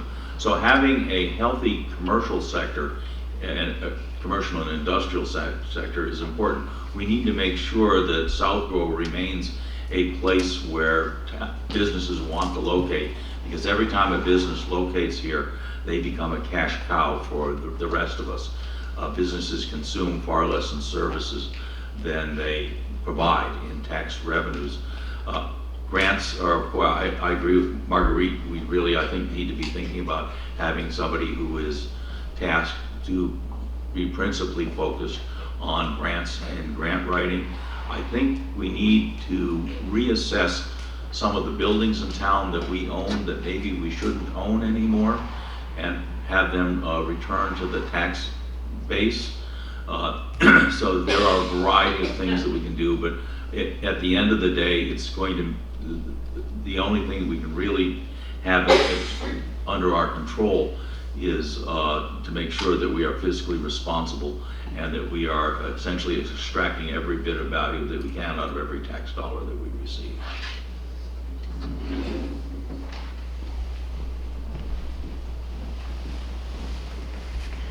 Carol Yoso, Farmington Road. This question is directed to Marguerite. It's really a clarification of something you said earlier. I want to make sure I understood in the spirit of improved communication and something very near and dear to my heart. I think you said that the senior center should stay here, and that's again very sensitive issue. We are very crowded here. We are very limited in programs that we can offer. And so would you please clarify what you meant by that? Yes, I will. Thank you. I think the senior center should be where the senior center wants to be. And what I've heard from most senior center participants is they want to stay in this building. If the senior center said to me, I want to be somewhere else, then I would definitely support that too. Okay. Does that answer? Not my understanding. That you think the senior center wants to move?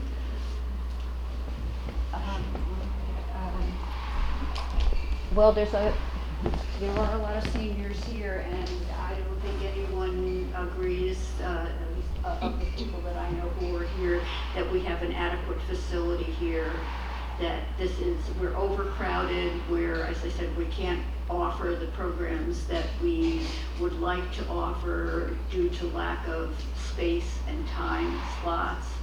And we have an expansion program on hold or pending available labor.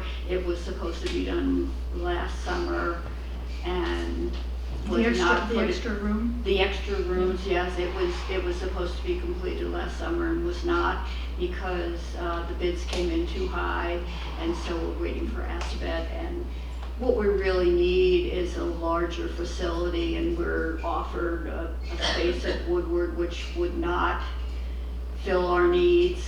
I could go on, and I don't want to do it in this venue. No, this is the good venue to do it. This is not, I don't know anyone who has the understanding that we want to stay here. So please, friends, support me. Anybody who is a senior in the audience, I think I'm speaking for not just for myself. Someone? Anyone? Anyone?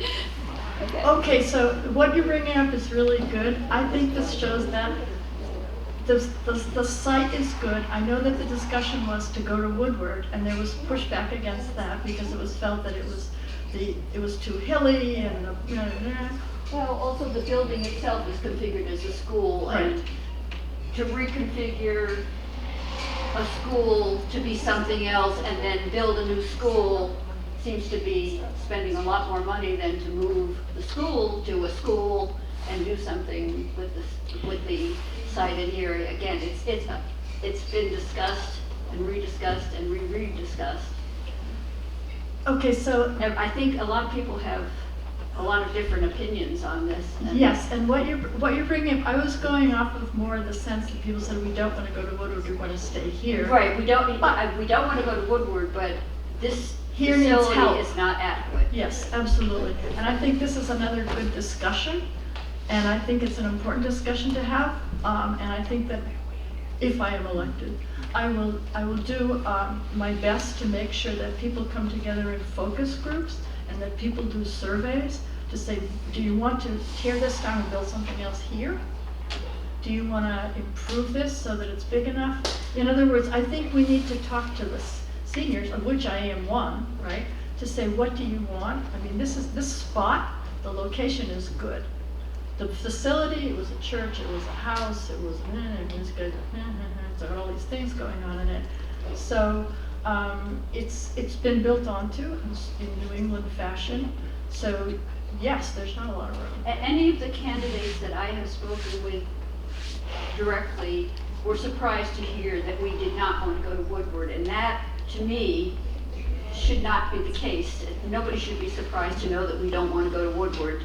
So I encourage all of the candidates to speak to us and know that. Right, Thank you. It's your space, right? I mean, there you are. I wonder if I could just interject for a second. I'm on the exploration committee for the new, whatever we call it. Community center. Community center, thank you. We've already moved past wanting to use Woodward for something other than a school. We did just send out, I think it was on my Southborough, we've sent it out through various, I think we probably get something through the community center newsletter, however you communicate, asking for people's opinions, asking for people's feedback, so that we can take it all, and we're asked, contact just one of the members if you want, or send it to the chair. If one of the member gets a feedback, they're supposed to bring it to the full committee. We're just in the beginning of this study, but I think we've moved on from Woodward already. But this is a really good point to come up, because it points out how we need to get more feedback into these huge decisions. Right. Yeah. Does someone else want to answer it? Okay, we'll move on. Move on to the next question. Thank you. Eric Glazer, and wanted to thank you for your service to the town. My question is in regards to affordable housing. Can each of you give some specific examples or ideas you may have around how to address that, especially in light of the fact that we want to maintain and preserve sort of the feel of the community with our open space? Thank you. Yeah, I can start. I know obviously we need more affordable housing, right? This town gets more and more expensive every year. And sometimes I look at our houses and I think people say, oh, this is, I live in, the affordable section of town. And I look at the prices of, what my house is worth now and the houses around me. And I think that's not affordable, right? So we need to work on that. I guess I will say one thing, I don't know if some of you have seen it, but there is a proposal. We've been talking about reuse of the old art center building for years. There is a proposal out there to maybe reuse that for some level of affordable housing or higher density housing. I think that's an idea worth exploring. That building is, it's old. It's probably served its use by now. I think exploring options there for some level of affordable housing would be a great idea. And at the same time, preserving that building, preserving the facade. It's a beautiful building. And so I think there's an area we could explore. And I think things like that, we should explore where we can, like you say, build some more housing, in places, some higher density or affordable housing, while keeping it, feeling a nice place here in Southborough. So I think that's one of the areas we can explore, and I'd love to explore more areas like that. But And if you have any feedback at all, I'd love to hear any feedback or ideas that other folks have in that area. So, thank you. Thank you. And affordable housing is sort of interesting because the more housing you get, the higher your number of units that need to be affordable is. So it's kind of an unfortunate loop.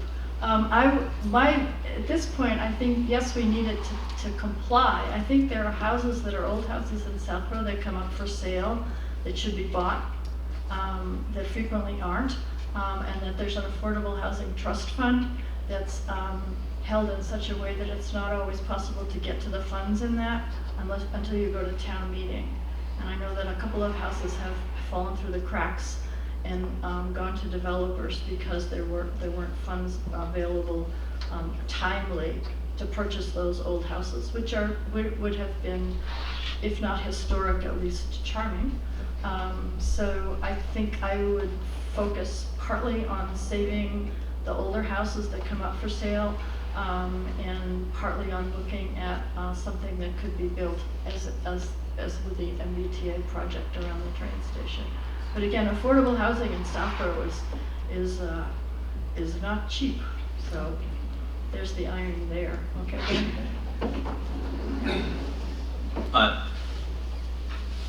When we use the word affordable housing, but there are multiple types of affordable housing, and I'll give you a couple of examples.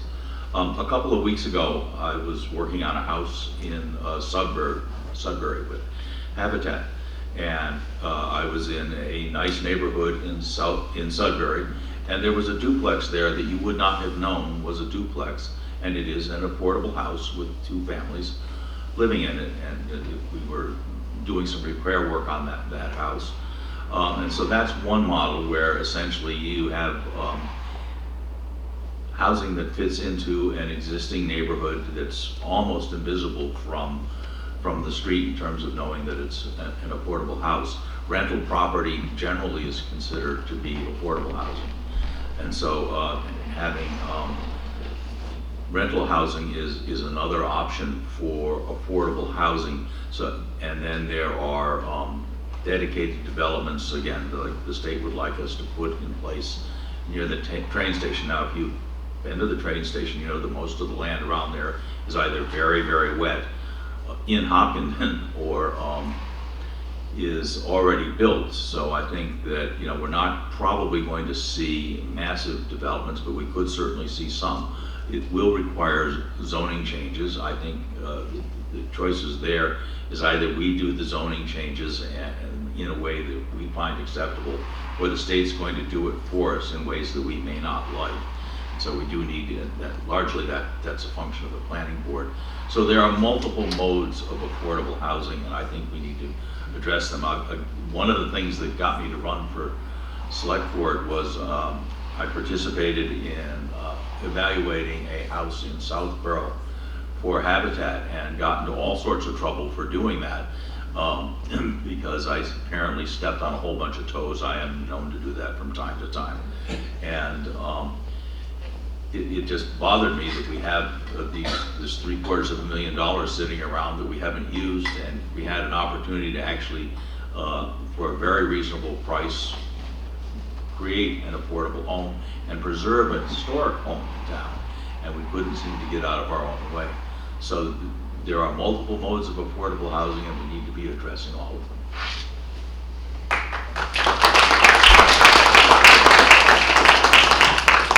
We have gone on longer than we planned, but I think this is an important discussion. But we'll plan to wrap it up by 9, if, to reassure everyone, if we even go that long. But go ahead. I'm Jennifer Primack, 7 Jericho Hill Road.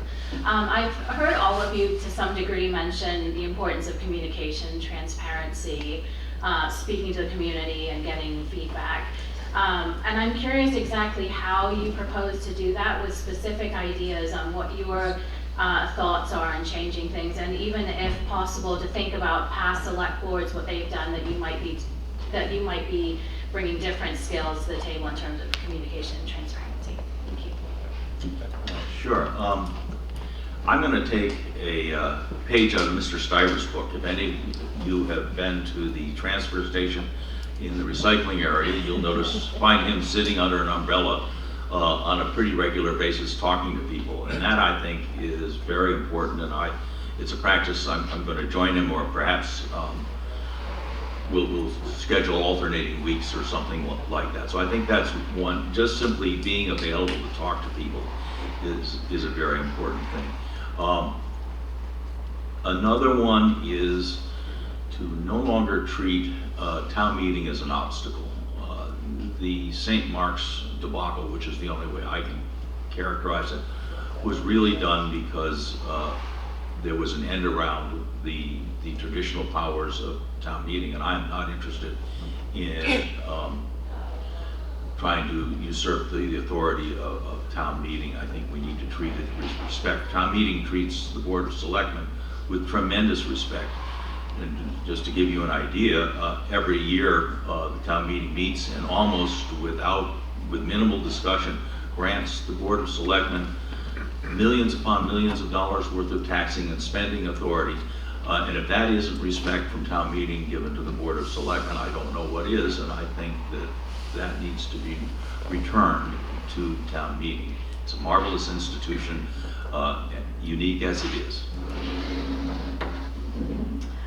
Thank you for that question. It's basically, transparency is good, what are your ideas to get there? I don't think I'm saying anything people don't know if I say the DPW's had a communication problem for a while, and now we're getting a new DPW head. I would personally, for about a year, to try it out to see how well it worked, have the DPW do a monthly or quarterly newsletter which they pushed into people's emails if people wanted to get it. What roads are being worked on? When is your street going to get its potholes fixed? What are we doing for sidewalks where? What are the grants we're applying for?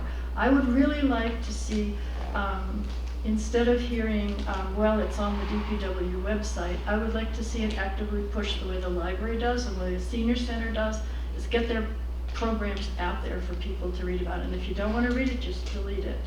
But I think we're getting a new website, and I think I would start with that with the DPW. I think so much time was used up in this town because DPW communication was not active communication. It was more like passive or none. And I think how much more time there will be if the DPW, for starters, and maybe the select board should do the same thing, just push out to people, this is what we're thinking of doing. This is the grant we're applying for. That's what I would start with.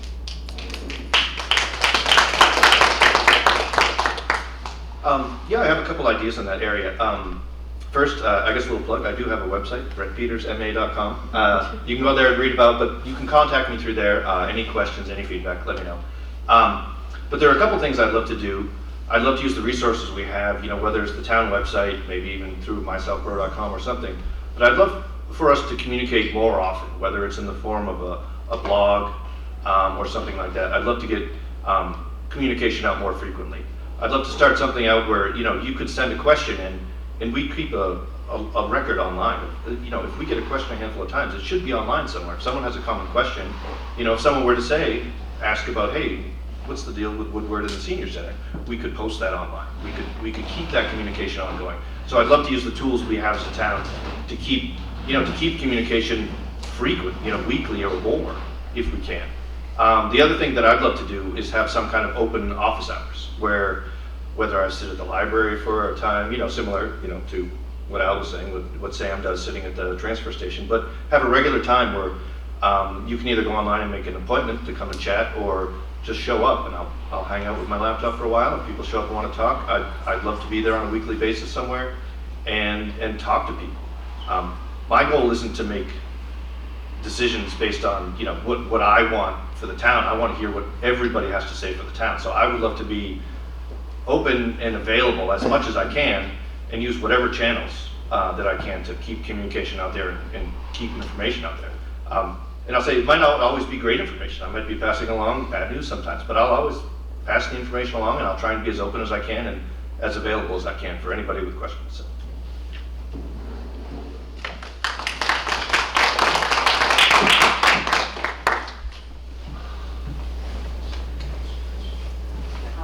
Sandy Keese, and I'm on the board of the COA.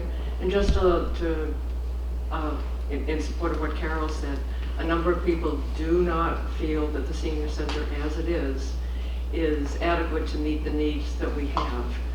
One of the very important things for seniors is socialization. And if you look what we have, the kitchen area is not adequate to socialize a whole lot. We do need more space. We would like to be able to offer more programs for physical fitness, mental health, and so on. What we do have is the board is now working on strategic planning for the next 5 years, and we will be sending out a survey around the town that will allow people to express what they use the senior center for, what they would like, have they ever been here before, and what is their goal as they get older. They like to play with us, because we do like to have good time. So that's just in addition to what Carol was saying. Thank you. I just put in one other thing on that, Sandy, is that if you look at senior centers around, there's a new one in Northborough. It's humongous. Right? Yeah, and so it helps to look and see what other towns are doing. Ashland. Yeah, I know. So. Why hasn't this group of people looked into this before tonight, what we're hearing tonight? There's a problem with the size of the senior center. The library is much too small. The townhouse is too small. Why? We've grown. That might not be a fair question for the candidates right now. We've grown bigger. We've grown bigger than our buildings. Is what's happened. But yeah.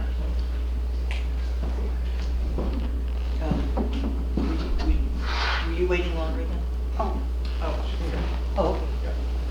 I don't know that I even need an answer, but after the election, to encourage you to set up some kind of forum discussion on the effects of climate change and sustainability. If you look around at other towns, they have departments, they have heads of a department dealing with this, or goals they're setting for where the town wants to go, and it's just sort of been an obvious non-topic in this town. Pretty much we have the municipal vulnerability plan, and I think we need to be doing more. I think there's some items in the master plan for that, so I'm hoping if you wanted to respond to what you plan to do, but I know we don't have a lot of time, but after the election, that I would hope that would be something the selectmen would take a look at. And if you want to respond, I'm happy. I just know there's not a lot of time. I did an analysis some time ago, and as near as I can tell, the largest greenhouse gas emitter in the town of Southborough is the town of Southborough. I tried many years ago to convince the chief of police to begin to look at hybrid vehicles. That fell flat on its face, unfortunately, a position I'm familiar with. So yes, I agree with you that we need to be doing our part. Also a good place for grant applications. Probably, but there's things the town can do without spending money, just even having a conversation where our goals are, and having a focus, like I kind of don't even dare say this, a committee. I understand that, but someplace that this sits, and not just when something comes up where something can happen. And I'm not saying like other towns have department heads. We don't want to hire new employees, but who can be responsible for this to make sure it's not just after the fact? And simple thing is like gas stoves. They're a huge emitter, and nobody talks about that. So, it's something that the town could look at. How do you regulate new gas stoves in homes? We don't allow garbage disposals, right? So it's just simple things like that, and that's probably just way out there, but I'm saying as a suggestion. New York City has outlawed gas stoves in all construction. Yeah, I'll be real quick, but that's absolutely would be a focus of mine. I think it's really important for the town of Southborough, but also just to be good citizens of the state, the country, and the world to focus on these things. I think for some things, just specifically, gas stoves, I think we can use other larger towns that are a little ahead of us as guides. I think Brighton is already looking into banning it for new construction. So I think we can look to other towns and let them do a little of the legwork in modeling some of these regulations and rules and programs that they have in place. And as Freddie says, if there was people willing to step up and volunteer for a committee or to coordinate this thing, I'd love to form something like that and focus on that if we could. Last question? Hi there. Grant Harrington, 58 Pine Road. As many of you are probably aware, Louder, can't hear you. sorry, can you hear me? Yep. As many of you are probably aware, there's been a number of controversial flags flying in the old burial ground, many of which are associated with right-wing extremist groups. The old burial ground is town property, but the town has essentially had a tacit policy of allowing private groups to fly these flags on town property. I won't get into too many of the details here, but I was wondering if you could, or if you would, commit to adopting a town policy that would limit the ability of private groups from flying their own, personal beliefs and represented through their flags on town property. Thank you. Yeah, I'll answer this quickly. I would support something like that. I think there's plenty of flags that are not controversial. We've got a great American flag. We can fly that. Yeah, I'd support removing any flags. That's not the place for political statements or spreading word about anything. It's townland. It should be non-controversial. I'd support something on that. Is that yellow flag still up? It seems to be the last time I walked by there, it was gone. Comes down in the winter, goes back up.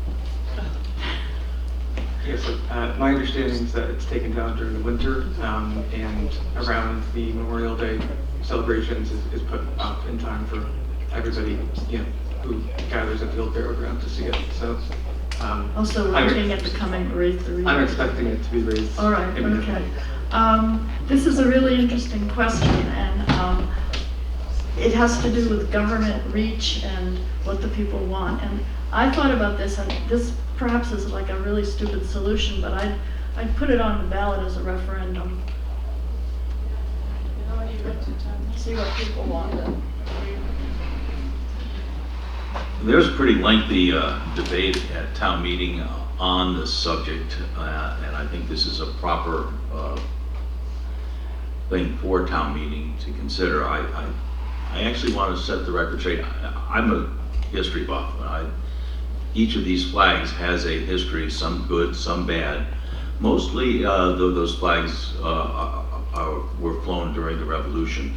I want to set one thing straight, because we were talking about the Gadsden flag, the Don't Tread on Me flag, which offends a number of people, and I can certainly understand why.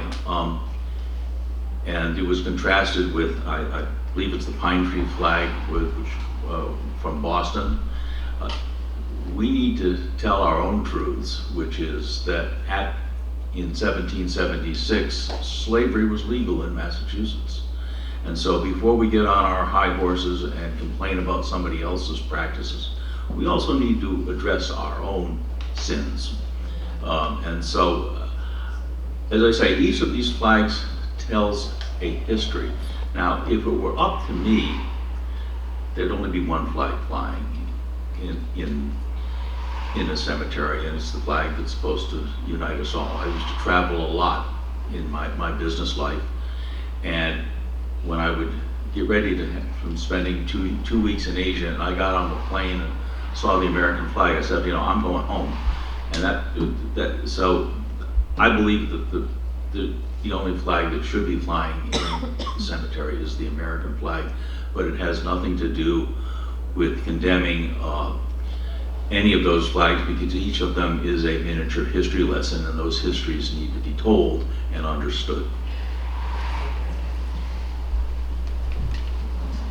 All right. Well, thank you all for coming. Thank the folks who really stood up there and questioning. I appreciate your time and the time of all the other candidates. Two public service announcements. Kay Donahue, our state rep, is holding office hours at the library. Is it Monday? Monday, 10 to 12. Anybody who wants to come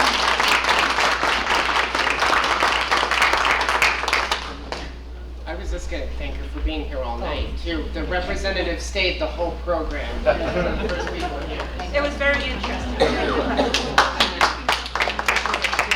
We also we would like and have to thank Wegmans for donating $101 for the food this evening. So thank you, Wegmans.